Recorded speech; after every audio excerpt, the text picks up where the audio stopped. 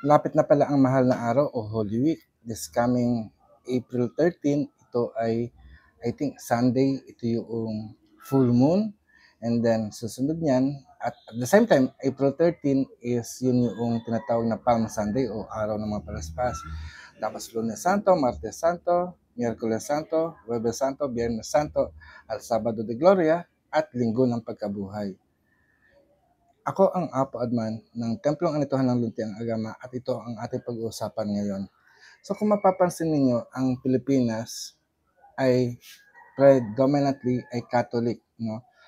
At pinagdaraos natin o bilang Pilipino ay pinagdiriwang din natin yung buhay at kamatayan ni Hesukristo na siyang laman ng Biblia. Pero bilang isang indigenous Filipino, tayo din ba ay nakikiisa sa relihiyong Katoliko sa pagdaraos ng Holy Week? Kung iisipin po natin, ang bawat araw ay bigay ng Panginoon. Kahit hindi man lang Holy Week, no? Or Quaresma or whatever.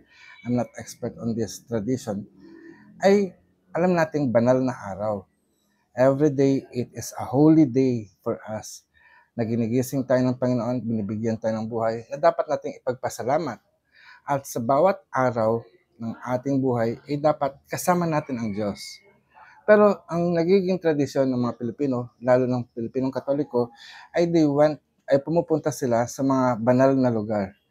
Like, alam sa mga simbahan, sa Bundok Banahaw, sa Siquijor, o minsan, nagkakaroon sila ng pilgrimage, lalo na sa bansang Israel, sa Jerusalem, na I hope safe ngayon, dahil kasi alam ko nagkakagulo sila doon, and to celebrate the life of Jesus Christ na Panginoon ng simbahang Kristiyano. Although bilang isang pagano, ito yung magandang natutunan ko naman kay Lakay Magbayo Agama noong sinamahan ko siya mag-assess, kumuha ng NC2 bilang manghihilot noong nakalimutan ko na, 2017 yata, basta years ago. At pinamunuan ang during the assessment period, nung i-announce ang kanilang result, no, ay bago sila tanggapin ang kanilang resulta, ay linid sila ng isang pastor sa panalangin. Although I respect their prayer, I stood still, tahimik, at yumuko dahil kasi nagdadasal sila. Pero napansin ko sila is nagdasal din. Ang sabi ko, ano bang tingin mo? Hindi ko naman siya pinagalitan. I just asked him na, why do you pray with the Christians? Ang sabi nila is ito, alam ko, inakap natin ang mga diwata at ito yung pinopromote natin at meron tayong sariling Diyos.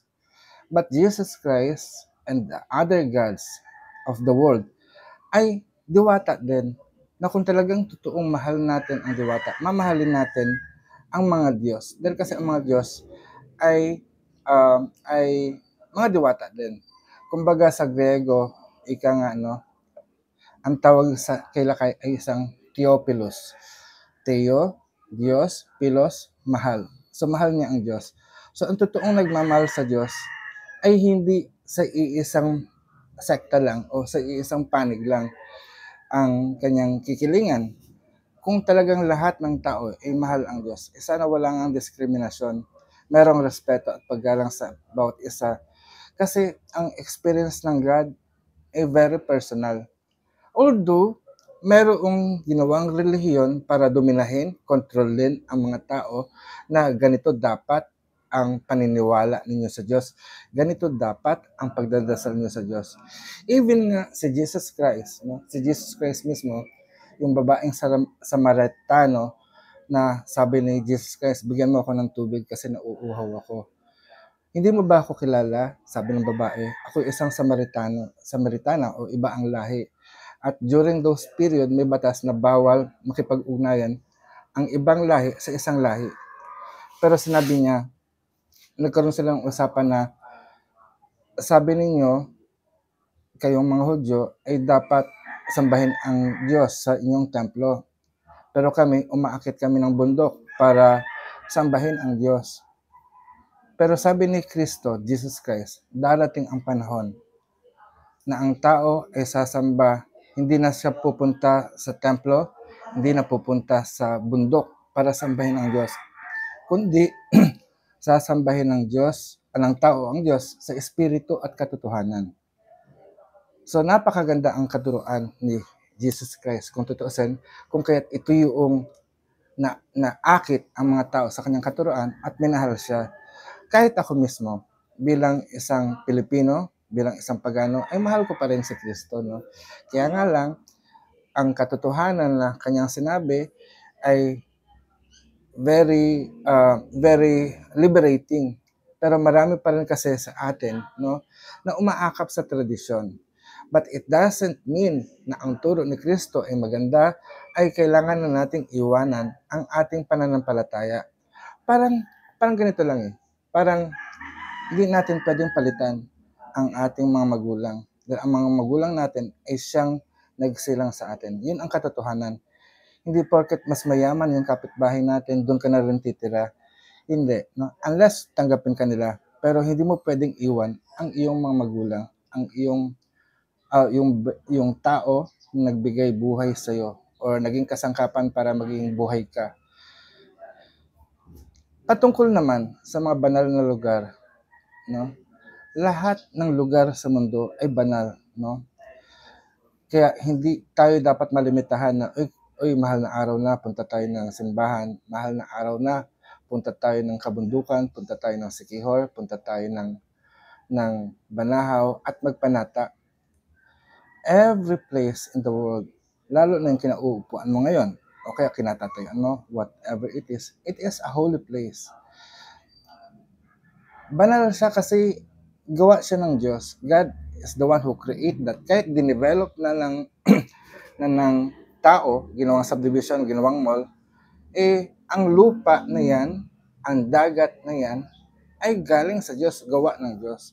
Wala naman tayong maipoproduce, di ba? May produce natin kung ewan ko kung pwede, pero we poop, di ba? Yun, magagawa natin yun. Pero naibabalik pa rin yun sa lupa para ma-convert into soil, di ba? Yun, mga dumi. Ibig sabihin, mga dumi ang nagagawa natin, mga kalat. If we really love God, pahalagahan natin yung kanyang nilikha. Pahalagahan natin yung lugar natin. Ito ay isang banal na templo ng Diyos. Bukod sa physical establishment, we could dedicate this to God, our Creator, whatever names do you call your God. You can call it Yeshua, Yahweh, Allah, Bathala, Kabunyian, Magbabaya, Laon. Everything is sacred. Lahat tayo ay sagrado, lahat tayo ay banal. Even yung katawan mo ay banal. Kaya lang tayo naghihirap kasi we are detached. Nawala sa ating isipan na hindi tayo banal. Para maging banal ka, parang na-impose sa atin, kailangan mong pumunta magsimba ka araw-araw. Diba? Meron nga sinasabi, banal na aso, santong kabayo, natatawa ako. Ha ha. Parang ang sarap kumanta na lang. Pero actually, totoo naman kasi yun eh. Minsan nagsisimba tayo, then after sa pagsisimba, nagmumura tayo. Actually, kagabi, si Cyril, may nagsabi na meron daw siyang nakilalang tao na pinakain niya. 36 years old, tapos 6 na taon siyang nakulong at kalalaya niya lang daw at wala siyang mapuntahan. Narinig ko, so na-move ang puso ko na bakit kaya hindi ko tulungan? In terms of tulong, wala naman ako maitutulong na pera para makapagsimula yung tao. So naisip ko na patirahin ng libre dito sa templo. Kaya nga lang, bilang isang tao, I need to secure our safety. Wish ko lang talaga maraming pera dahil kasi parang ang solusyon ngayon is pera. Pero kung sakaling hindi pera ang solusyon, pwede ko siyang tanggapin dito, kausapin, hanggang tulungan siya na makapagsimula. Dahil kasi ang sabi ni Cyril is kailangan lang niyang may matutulugan. Although kaya niya matulog sa kalsada, pero yung pagkain, hindi siya, iniiwasan siya ng mga tao, ayaw siyang tulungan. Kaya nagpunta siya sa simbahan at doon yata tumambay, simbahan ng Katoliko. And that is nice about the Catholic Church, no? Na kahit sino is pwede nilang tulungan. And I am challenged to do that. And I'm doing it in the best that I can. Pero yung, kasi kung papatirahin ko dito, kami nakatira dito ng Lakay, meron pang iba pa akong dapat tulungan. Like yung pamangkin ko is almost the same situation. I really pray na sana is meron tayong facility na nagawa rin naman natin to noon, na meron tayong bahay tuluyan na kung saan lahat ng mga pinapalayas at naglayas is tumatambay sa atin, nakikitulog, nakikikain, na pinagsisilbahan natin hanggang sa panahon na dumating na magkaroon sila ng solusyon at makapagsimula sila ng buhay. I want sana itong templo natin is maging a starter of change, na sana talaga mapatuloy natin yung taong yon. Hindi ko lang alam, pag-uusapan pa natin. Tulungan niyo po ako manalangin na sana magkaroon tayo ng ability to help that person. Although kaya, no? I need to discuss this with Lakay dahil kasi hindi lang naman dapat ako ang nagdedesisyon sa gawain ng templo, kundi dapat is mapagkasunduan ng board of director. Yes, may board of director ang templong Anituhan. Compared noon sa Luntiang Agama na tayo isang dambana na ako lang ang nasusunod, pero ngayon meron tayong co-trustee.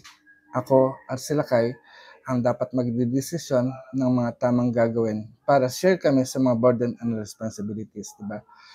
At sa mga ganitong bagay, no, dapat talaga muna ipagdasal.